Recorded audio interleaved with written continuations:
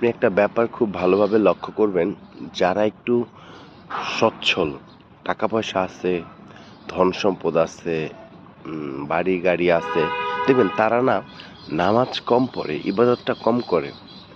তাদের ভিতরে মানে ইসলামিক দিনটা একটু কম আছে। তারা মনে করে আমার তো সবকিছুই আছে, টাকা পয়সা, ধন সম্পদ, প্রাচুর্য, অর্থবিত্ত, বাড়ি গাড়ি। আমার নামাজ কি দরকার পড়ার? ইবাদত কি দরকার করার? আল্লাহ পাক তো আমার সবই দিছে। এরকম। কিন্তু আবার যাদের দেখবেন অত বাড়ি বা গাড়ি নাই, টাকা পয়সা নাই বললেই চলে। কোন রকমে অ্যা কষ্ট কইরা চলে, দিন আনতে পান্তা ফুরায়।